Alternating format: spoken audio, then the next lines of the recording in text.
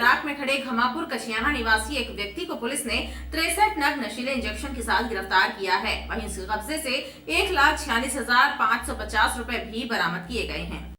Ghamapur police ने मुखबिर की सूचना पर मसान बाबा कछियाना रोड में दबिश देकर राकेश विश्वकर्मा को गिरफ्तार किया है। पुलिस के अनुसार उसके कब्जे से 63 नशीले इंजेक्शन जब्त किए गए हैं, जिसमें 27 बुप्रेनोर्फिन, 24 नग फेनेरामाइन मेलाइट, 5 लिगेसिक, 4 नग डाइविल इंजेक्शन शामिल हैं। वहीं आरोपी के कब्जे से बिक्री के 1,46,550 रुपए भी जब्त किए गए हैं। ना ऐसे नशीले इंजेक्शन जो बिना चिकित्सक के परामर्श के किसी व्यक्ति को नहीं दिए जा सकते, उसके घर पर अवैधानिक रूप से मिले। साथ ही 1,46,550 रुपए 146,550 ये धनराशि जो उसने नशीले इंजेक्शन बेच करके अर्जित की है, वो धनराशि उससे प्राप्त हुई है।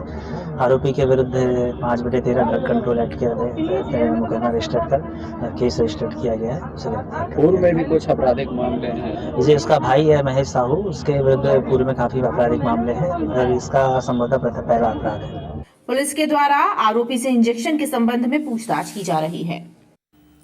करोड़ों रुपए की स्टाम्प ड्यूटी की चोरी से जुड़े मामले में जबलपुर विकास प्राधिकरण के कुछ अधिकारियों और बिल्डरों के बीच साठगांठ के प्रमाण मिले हैं। ईओडब्ल्यू ने बिल्डर शंकर मछानी, अमित धवन, मनोज कुमार, किशोर बुधवानी एवं अन्य के विरुद्ध धोखाधड़ी का मामला दर्ज किया है। इस मामले की जांच के घेरे में जेडीए के कुछ अधिकारी भी हैं। ईओडब्ल्यू ने करोड़ों की स्टाम्प ड्यूटी के चोरी के मामले में मेमसर्स कृष्णा बिल्डर के director Shankar Machhani, Shreeji promoters and developers के डायरेक्टर अमित धवन, किशोर बुधवानी एवं ओएसिस बिल्डर्स के डायरेक्टर मनोज कुमार समेत जेडीए के कुछ अधिकारियों के विरुद्ध मामला दर्ज कर कार्यवाही शुरू कर दी है। बताया जा रहा है कि आरोपियों के द्वारा जबलपुर विकास प्राधिकरण से किए गए अनुबंध में स्टाम्प एवं पंजीयन शुल्क की चोरी के मकसद से धोखाधड़ी करते हुए अपर्याप्त राशि के स्टाम्प लेकर अनुबंध किया गया था और लगभग 1,49,58,334 रुपए की स्टाम्प ड्यूटी की चोरी की गई थी। जबलपुर जिले की कई शाला भवन बेहद जर्जर अवस्था में हैं। कुछ स्कूलों में तो कक्षाएं पेड़ों के नीचे लग रही हैं, लेकिन जिम्मेदार अधिकारी ध्यान नहीं दे रहे हैं। बड़े बड़े दावे कागजी साबित हो रहे हैं और नौनिहालों का भविष्य खतरे में है। तिलवारा घाट के पास न्यू भेड़ा घाट रोड, चरगावा रोड पर स्थित ये स्कूल यूजीईएस पिंडरई और शासकीय प्राथमिक शाला रामपुर नकटिया की तस्वीरें हैं, जो स्कूल शिक्षा विभाग के दावों की पोल खोल रही है। दोनों ही स्कूल के भवन बेहद जर्जर हैं, जिसके चलते छात्र छात्राएं पेड़ के नीचे बैठकर अध्ययन कर रही हैं। पिंडरई में शाला भवन अति जर्जर है।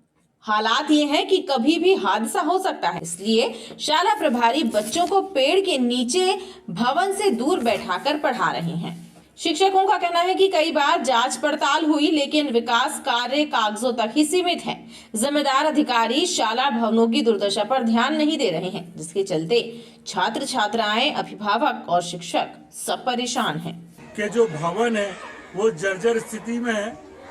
रामपुर नकटिया स्कूल का तो भवन गिर चुका है, वहां पर शाला को पेड़ के नीचे बाहर लगाया जा रहा है। और जो यूजीएस पिंडरई है, वहां का भवन की जो छत है, छप्पर, वो बार बार नीचे गिर रहा है। ये विगत 2 वर्षों से लगातार प्रयासरत है कि इनकी शाला भवन निर्माण के लिए कोई सामग्री का पैसा उपलब्ध करा दिया जाए, किसी मद से शाला भवन निर्माण कार्य करा दिया जाए, लेकिन ऐसा कोई भी कार्य नहीं हुआ। जो जिम्मेदार अधिकारी है वो मौन है। बहरहाल राज्य शिक्षा केंद्र द्वारा पूरे प्रदेश के सरकारी भवनों की मरम्मत का कार्य कराए जाने की घोषणा की गई है। देखना बाकी है कि इन जर्जर स्कूल भवनों की तस्वीर कब तक बदल पाती है।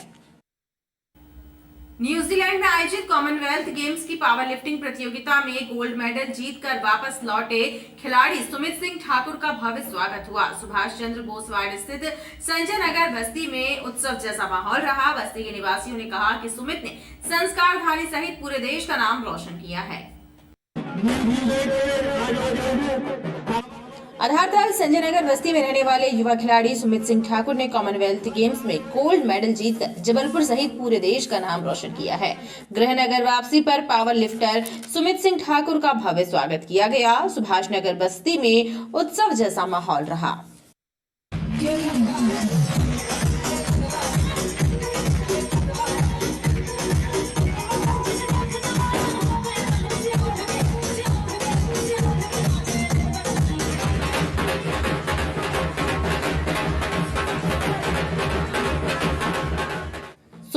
बताया कि 15 देशों के खिलाड़ियों के बीच काफी टफ मुकाबला था, लेकिन उनकी मेहनत रंग लाई और उन्हें मेडल प्राप्त हुआ।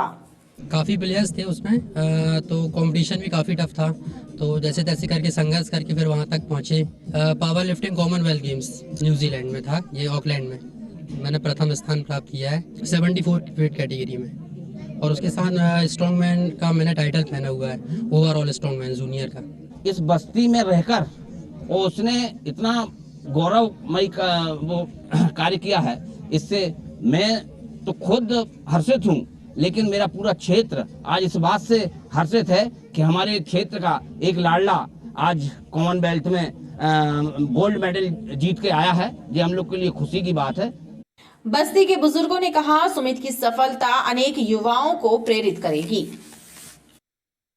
हनुमानताल तालाब में प्रवासी पक्षियों की रहस्यमयी मौत को लेकर चर्चाओं का बाजार गर्म है। बड़ी तादाद में पक्षियों की मौत होने की खबर निगम एवं जिला प्रशासन को भी दी गई है। क्षेत्रीय जनता का कहना है कि पक्षियों की मृत्यु की वजह का पता लगाना आवश्यक है। हनुमानताल तालाब में प्रवासी पक्षियों की मौत को लेकर स्थानीय जनता चिंता में है। उनका कहना है कि इतनी बड़ी तादाद में पक्षियों की रहस्यमय तरीके से मौत होना चिंता का विषय है और इसकी सूचना भी प्रशासन को दे दी गई है। हालांकि इसे लेकर तरह तरह के कयास लगाए जा रहे हैं। हनुमानताल के घाट से हम लोगों ने देखा कि हजारों की संख्या में ये अपने परिंदे, छोटे छोटे पक्षी, चिड़िया जो अधिक मात्रा में यहाँ हनुमानताल में घूम के बहुत सुंदर वातावरण बनाती हैं, उनकी संख्या देखी तो हनुमानताल में कई सैकड़ों की संख्या में पक्षी पड़े हुए हैं यहाँ पे मृत अवस्था में। मेरी प्रार्थना है कि कृपा करके ये जांच की जाए कि पक्षी किस विषय से मरे हुए हैं और इनका ध्यान रखा जाए। मेरे को ये ऐसा लगता है कि मोबाइल का रेडिएशन ज़्यादा फैलने की वजह से ही पक्षियों को नुकसान हुआ है। गवर्नमेंट से प्रार्थना है कि इसकी कृपा करके जांच कराई जाए। आध्यात्मिक गुरु एवं दार्शनिक आचार्य रजनीश ओशो के जन्मदिन के उपलक्ष्य में आयोजित विभिन्न कार्यक्रमों की श्रृंखला में ओशो के अनुयायियों के द्वारा नौदरा ब्रिज से रैली निकाली गई।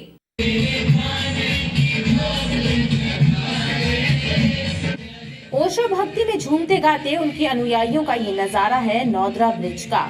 अवसर है आचार्य रजनीश ओशो के जन्मदिवस के उपलक्ष्य में आयोजित विभिन्न कार्यक्रमों के तहत निकाली गई संगीतमय रैली का, जिसमें देश विदेश से आए उनके अनुयायी शामिल रहे।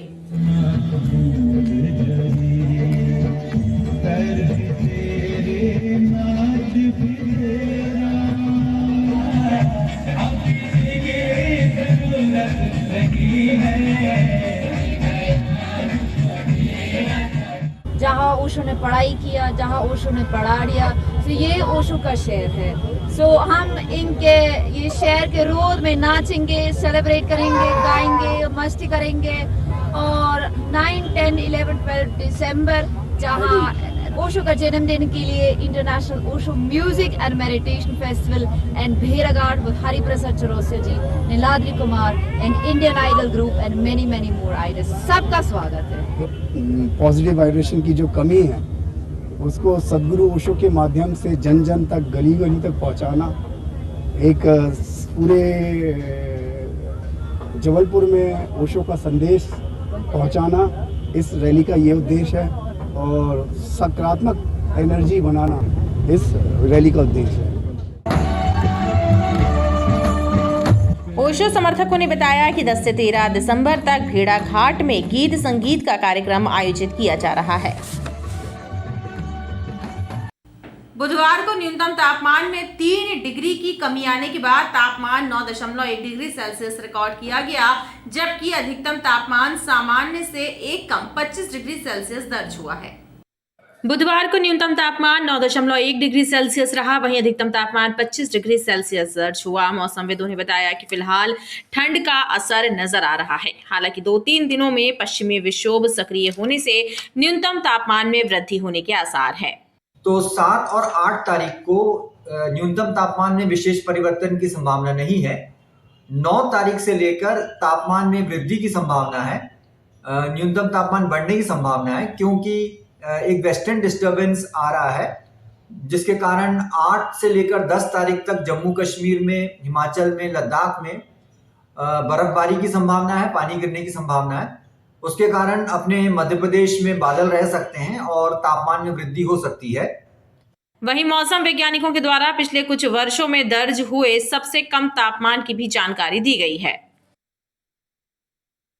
मध्य प्रदेश की जल संसाधन एवं मछुआ कल्याण मत्स्य विकास मंत्री तुलसी सिलावट का नगर आगमन हुआ। इस दौरान उन्होंने सिविल लाइन पचपेड़ी स्थित पूर्व सांसद जयश्री बनर्जी के निवास स्थान पर पहुंचकर उनसे मुलाकात की। इस दौरान उन्होंने मीडिया से चर्चा करते हुए राहुल गांधी की भारत जोड़ो यात्रा पर भी तंज कसा। उन्होंने कहा कि इस यात्रा के दौरान मध्य प्रदेश का अन्नदाता भी कर्ज माफी के बारे में सवाल कर रहा है। जल संसाधन मछुआ कल्याण एवं मत्स्य विभाग मंत्री तुलसी सिलावट जबलपुर प्रवास पर पहुंचे। इस बीच वो सिविल लाइन पचपेड़ी स्थित पूर्व भाजपा सांसद जयश्री बनर्जी के निवास स्थान पहुंचे और उनसे मुलाकात कर चर्चा की। आज मां के चरणों में मैं आशीष लेने आया हूं। इनके अनुभव से, इनकी क्षमताओं से, इनकी योग्यताओं से जो आशीष मिलेगा मैं प्रयास करूंगा कि उसको अपने जीवन में उतार सकूं। इसीलिए आज वहीं मीडिया से चर्चा करते हुए वर्ष 2003 एवं 2004 में प्रदेश में कांग्रेस सरकार के कार्यकाल में लगभग 7 लाख हेक्टेयर भूमि सिंचित थी, लेकिन अब भाजपा सरकार के कार्यकाल में सिंचाई का रकबा बढ़कर 45 लाख हेक्टेयर हो गया है। वहीं राहुल गांधी की भारत जोड़ो यात्रा पर भी उन्होंने तंज कसा। उनको भारत जोड़ो यात्रा नहीं, उनको कांग्रेस जोड़ो यात्रा निकालनी थी। और अभी राष्ट्र का वैभव और राष्ट्र का सम्मान, राष्ट्र का गौरव पूरे विश्व में हमारे राष्ट्र के तेजस्वी और ओजस्वी प्रधानमंत्री के नेतृत्व में पूरे विश्व में भारत का डंका बज रहा है। तो भारत तो ऐसी शक्तिशाली है। सीएम हेल्पलाइन के प्रकरणों का निराकरण करने के लिए पुलिस अधीक्षक कार्यालय में जन शिकायत निवारण शिविर का आयोजन किया गया, जिसमें पुलिस अधिकारियों ने शिकायतकर्ताओं के समक्ष लंबित शिकायतों का त्वरित निराकरण कर उनकी समस्या का समाधान किया।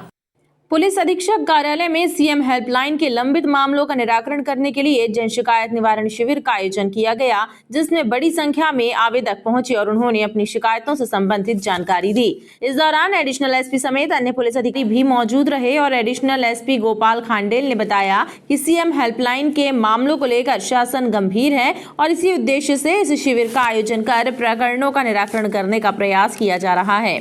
सीएम हेल्पलाइन की शिकायतों के निराकरण के लिए एक विशेष रूप से ये शिविर लगाया गया है। इस शिविर के माध्यम से हमारा उद्देश्य ये है कि अधिक से अधिक सीएम हेल्पलाइन की शिकायतों का हम निराकरण आज करवाएंगे और इसमें ज़िले के समस्त अधिकारी, समस्त सीएसपी साहिबान, सभी एसडीओपी साहिबान, समस्त थाना प्रभारीगण यहाँ पर उपस्थित हैं और सीएम हेल्पलाइन के जो आवेदक हैं उन सभी को जानकारी भी भेजी गई थी। उसमें से काफ़ी लोग यहाँ पर आ रहे हैं, अभी और भी काफ़ी संख्या में लोग आने वाले हैं। वहीं इस शिविर में आए आवेदकों ने थाना स्तर पर कार्यवाही नहीं होने की बात कही है। भेदभाव ये कि किसी को अच्छे से काम दे देते, हमको नहीं देते, क्योंकि मैंने शिकायत करी थी उनकी। क्या शिकायत की? कि पैसे लेते थे, वो रिकवरी लेते, सुपरवाइजर एयरपोर्ट में। अच्छा। उनकी एफआईआर कर दी थी, इसलिए मेरे के साथ ऐसा दुर्व्यवहार कर रहे थे लोग और अभी भी वही कर रहे हैं, कंपनी कर रही है। थाने भी गए थे, थाने से भी हमको बहुत दिन बाद एफआईआर हुई। कितने दिन हुआ? कम से कम 1 महीने बाद तो एफआईआर हुई मेरी। तो और अभी केस चल रहा है, अभी एफआईआर हो गई, सीएम हेल्पलाइन द्वारा एफआईआर दर्ज हुई है। मैंने 30/8/2022 को अपने एमएलबी स्कूल के पीछे बनी नगर निगम बिल्डिंग में अजय वर्मा के द्वारा जो अवैध रूप से कब्जा किया गया था, फ्लैक्स प्रिंटिंग का काम किया जा रहा था, उसके विरुद्ध कलेक्टर महोदय, एसपी महोदय और कमिश्नर महोदय को आवेदन दिया था, जिसके वो आवेश में आकर के, अब इस डर में आकर के कि उनका काम धंधा बंद होगा रहवासी क्षेत्र में, उसके कारण उन्होंने पॉलिटिशियन सपोर्ट के चलते मेरे विरुद्ध ये मामला कायम करवा दिया गया था, जिसकी कंप्लेंट मैंने एसपी महोदय को की थी और सीएम हेल्पलाइन लगाई थी। मेरे बैंक की एक लिपिक है श्रीमती पूनम चौबे, जो मेरी छोटी बहन की तरह है, उसका मेरा लेन देन चलता था और उसके पास स्वसहायता समूह की 100 पुस्तिकाएँ, ऋण पुस्तिकाएँ प्लस जितनी भी पुस्तिकाएँ रहना चाहिए वो रहती थी, वो काम करती थी। और पता नहीं कब उसने क्या किया, या मेरे द्वारा जो भी गलती हुई हो, उसने मेरा जो कुछ भी अपने पति से बताया, उसके पति ने मेरे बारे में पर्चे छपवाए, मेरे बारे में अनैतिक चीज़ें लिखी और बहुत कुछ ऐसा लिखा जो बहुत गंदा था, तो मुझे यहाँ पे आना पड़ा। उसका पति बबलेश चौबे मेरे ऊपर दबाव बना के मुझसे 6 लाख रुपए मांगता है। वो कहता है कि मैं बीजेपी का कार्यकर्ता हूँ, मुझे पैसे की बहुत आवश्यकता है, मेरी बेटी की शादी होने वाली, मुझे पैसे दीजिए। अब बताइए, जो चीज़ मैंने ली ही नहीं वो मैं कहाँ से लूँ? मांगने के साथ साथ क्या कर रहा है वो आपके साथ? मांगने के साथ साथ वो कहीं भी धरना प्रदर्शन करता है, मेरे पोस्टर लगाता है, मुझे बदनाम करता है। और इसके साथ साथ मैं ये बताना चाहूँगी कि मेरा बेटा अखिल राज जो वकील है, वो मेरे किसी भी कार्यकलाप में नहीं है, उसके बावजूद उसको बदनाम करता है। जिले में जलापूर्ति सुनिश्चित करने के लिए चलाई जा रही विभिन्न योजनाओं को गति प्रदान करने के निर्देश कलेक्टर के द्वारा दिए गए।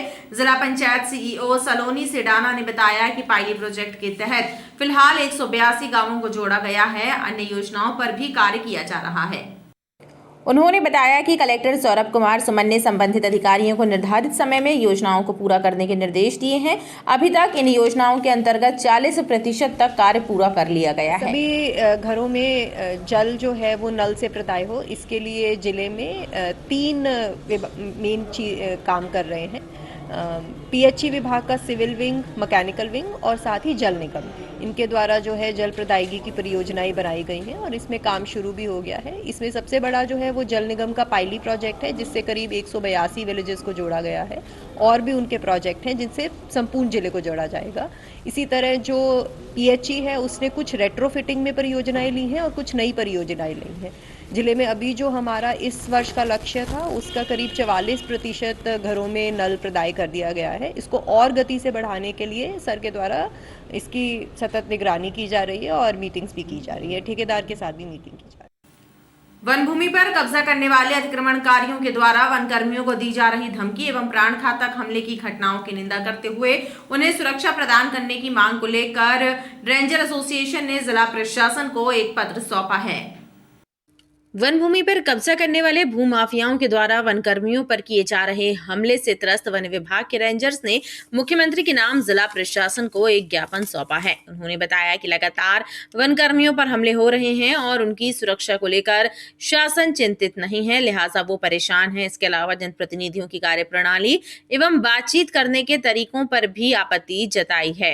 तो आप देखने में ये आ रहा है कि वन विभाग के कर्मचारी बड़े उत्साह से अपने फील्ड में काम करते हैं, परंतु उनको इनाम में ये मिल रहा है कि वो इतना काम करने के बाद भी अतिक्रमणकारी उन पर हमले कर रहे हैं लगातार, जिससे उनमें हतोत्साह बढ़ रहा है। जो हमारे जनप्रतिनिधि हैं वो वन अमले की तारीफ़ की जगह उनको वन विभाग की ऐसी तैसी कर देंगे और उनको देख लेंगे, इस तरीके के शब्दों का प्रयोग कर रहे हैं। क्या है? जी, हम लोगों ने आज इसी संबंध में अपना ज्ञापन एसडीएम महोदय को सौंपा है, जिसमें हम सभी लोग यहाँ पर उपस्थित हैं और ऐसे शब्दों की हम लोग सभी लोग समस्त मध्य प्रदेश रेंजर एसोसिएशन ऐसे शब्दों की निंदा करता है।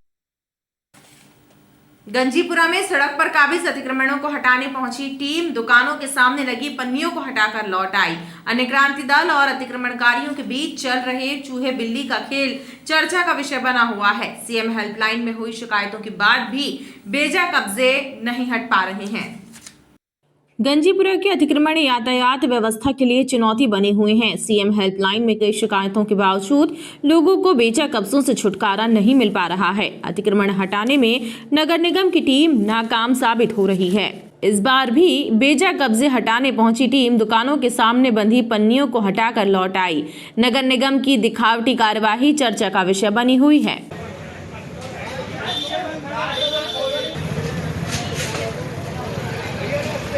आयुक्त महोदय के निर्देशानुसार आज गंजीपुरा महिला मार्केट में अतिक्रमण हटाने की कार्रवाई की गई और यहाँ पे एक सीएम हेल्पलाइन भी डाली गई थी, उसका भी निराकरण करवाया गया। व्यापारियों को समझाइश दी गई। अभी पूर्व में 3 दिन बाद पहले भी मुनादी करवा के उनको समझाइश दी गई थी कि अपनी दुकानें अपनी दुकान के अंदर ही निर्धारित सीमा पर लगाएं और यदि इनके द्वारा अगर अब अगली बार ऐसी कोई अतिक्रमण की कार्रवाई की जाती है तो इनके विरुद्ध चालान की कार्रवाई की जाएगी।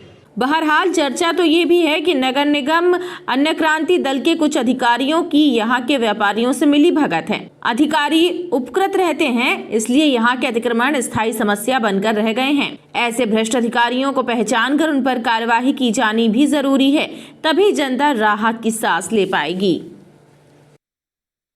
हड्डी गोदाम मैदान से हटाए गए परिवारों ने जिला प्रशासन से मांग की है कि वक्फ बोर्ड की जमीन का सीमांकन कराया जाए। वक्फ बोर्ड ने सरकारी जमीन पर भी कब्जा कर लिया है और अवैध उत्खनन किया जा रहा है। सरकारी जमीन पर रह रहे गरीब परिवारों को भी बेदखल किए जाने की कोशिश हो रही है।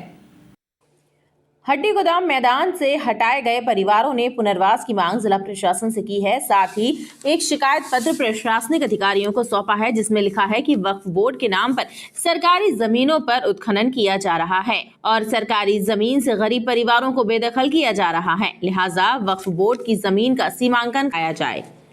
अभी पिछले सोमवार को भी हमने कलेक्टर साहब को एक आवेदन दिया था, जिसमें हमने सीमांकन की मांग करी थी। अभी तक उसमें भी कोई कार्रवाई नहीं हुई। आज हम जो है अवैध उत्खनन के लिए उनको आवेदन देने आए थे, जिसमें एसडीएम साहब द्वारा आवेदन ले दिया गया, लेकिन अभी तक कोई भी कार्रवाई इसमें क्यों नहीं हो रही है। जमीन वक्फ बोर्ड की 1 एकड़ 15 डिसमिल और कुरैश समाज द्वारा उसको पूरे 3 एकड़ में कब्जा कर लिया गया। उधर में परिवार तो कम से कम 200-250 का है, पूरा सबका कुछ का तोड़ दिया। हमारे भाई का पूरा टाला सब पूरा नेक नबूद मिला दिए, पूरा तोड़ के बगला दिए। हम चाहते हैं हमारे भाई का सीमांकन हो, हमारे भाई का नपाई हो, जो उनका हो वो ले ले, जो दूसरे का वो छोड़े। वहीं अधिकारियों ने इस मामले में जल्द जांच कराने का भरोसा दिलाया है। उपस्थित ये लोगों ने बताया है कि हड्डी गोदाम के पास किसी जगह पर मस्जिद कमेटी के लोग, कुरैशी समाज के नाम बता रहे हैं ये लोग, उनके द्वारा अवैध उत्खनन और कब्जा किया जा रहा है। उसके संबंध में ये लोग ज्ञापन दे रहे हैं। इनसे हमने अभी दस्तावेज मांगे हैं और दस्तावेज प्राप्त करने के बाद संबंधित एसडीएम साहब को और कलेक्टर साहब को इससे अवगत करा देंगे। बहरहाल पिछले दिनों वक्फ बोर्ड की जमीन से हटाए गए अतिक्रमण इस शिकायत के बाद चर्चा एवं जांच का विषय बन गए हैं।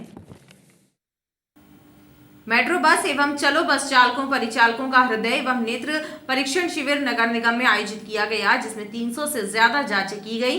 साथ ही ड्राइवर्स एवं कंडक्टर्स को मुफ्त दवाएं भी प्रदान की गई। नगर निगम में वाहन चालकों के स्वास्थ्य परीक्षण के लिए आयोजित किया शिविर दूसरे दिन भी जारी रहा। शिविर के दूसरे दिन हृदय रोग एवं नेत्र रोगों की जांच की गई। करीब 300 से ज्यादा वाहन चालकों ने इस शिविर का लाभ उठाया। मेट्रो बस एवं चलो बस चालकों परिचालकों का परीक्षण किया जा रहा है, ताकि दुर्घटनाओं की आशंकाओं को टाला जा सके। अभी यहाँ पे नगर निगम में हम लोगों ने कैंप रखा हुआ है ASGI की तरफ से। यहाँ पे ड्राइवरों के लिए, कंडक्टरों के लिए कैंप रखा है, ताकि उसमें जो भी प्रॉब्लम होती है, आए दिन जो दुर्घटनाएं होती हैं उसको अपन दूर कर सकें और आई का प्रॉपर चेकअप हो सके। जो हाल में ड्राइवर का एक घटना घटा है बस में, जिसमें ड्राइवर के हार्ट अटैक के कारण बस में दुर्घटना हो गई थी और 6 लोग घायल हो गए थे। उस कारण बस से हम लोगों को यहाँ पे कैंप ऑर्गेनाइज करना पड़ रहा है, जिसमें हम लोगों की हेल्थ चेकअप कर रहे हैं, फिजिकल, मेंटल, सब तरीके से फिट है कि नहीं, और चालक और उप चालक जो लोग हैं वो लोग आके यहाँ पे दिखा रहे शिविर में। आयोजकों ने कहा कि जिन वाहन चालकों को मोतियाबिंद या दूसरे तरह के ऑपरेशन की आवश्यकता है, उनका ऑपरेशन भी निःशुल्क कराया जाएगा। एक धर्मांतरण की शिकायत को लेकर बजरंग दल के कार्यकर्ताओं ने आधारताल थाने का घेराव किया। बजरंग दल के कार्यकर्ताओं ने बताया कि एक नवविवाहिता को ईसाई धर्म कबूल करने पर मजबूर किया जा रहा है, लेकिन पुलिस कार्यवाही करने में हीला हवाली कर रही है। विश्व हिंदू परिषद और बजरंग दल के कार्यकर्ताओं ने आधारताल थाने का घेराव करते हुए हनुमान चालीसा का पाठ किया। इस सांकेतिक घेराव के चलते थाने के सामने देर तक मजमा लगा रहा। बजरंग दल के कार्यकर्ताओं ने एक लिखित शिकायत पुलिस को सौंपी है, जिसमें लिखा है कि एक नवविवाहिता पर धर्म परिवर्तन के लिए दबाव बनाया जा रहा है। नवविवाहिता के माता पिता सहित पूरा परिवार परेशान है। अगर 24 घंटे के अंदर प्रकरण दर्ज नहीं होता तो ये रानी दुर्गावती जिला एक जिले के अंतर्गत थाने का घेराव सांकेतिक घेराव था। इसके बाद हम रोड पर उतर के पूरा जबलपुर विभाग उग्र आंदोलन करेगा और इसकी चेतावनी हम प्रशासन को देना चाहते हैं। हम अपने सनातन धर्म पर, हिंदू धर्म पर कुठाराघात बर्दाश्त नहीं करेंगे। इस मामले में पुलिस अधिकारियों ने बजरंग दल के कार्यकर्ताओं को निष्पक्ष जांच का भरोसा दिलाया है। पुलिस का कहना है कि दोषियों पर कार्यवाही की जाएगी। उपरोक्त संबंध में आवेदन पत्र आवेदिका द्वारा प्रस्तुत किया गया है, वो लिया गया है और जांच की जा रही है। अग्रिम जो भी तथ्य आएंगे उसमें वैधानिक कार्रवाई की जाएगी। बजरंग दल के कार्यकर्ताओं ने चेतावनी दी है कि यदि शीघ्र कार्यवाही नहीं हुई तो तीव्र आंदोलन किया जाएगा। चंडीगढ़ में आयोजित हो रही राज्य स्तरीय ड्रैगन बोट स्पर्धा के लिए बनाई गई मध्य प्रदेश की टीम में जबलपुर शासकीय ITI के 2 छात्रों का भी चयन हुआ है। इस स्पर्धा में उम्दा प्रदर्शन करने वाले खिलाड़ियों को नेशनल टीम के लिए चयनित किया जाएगा।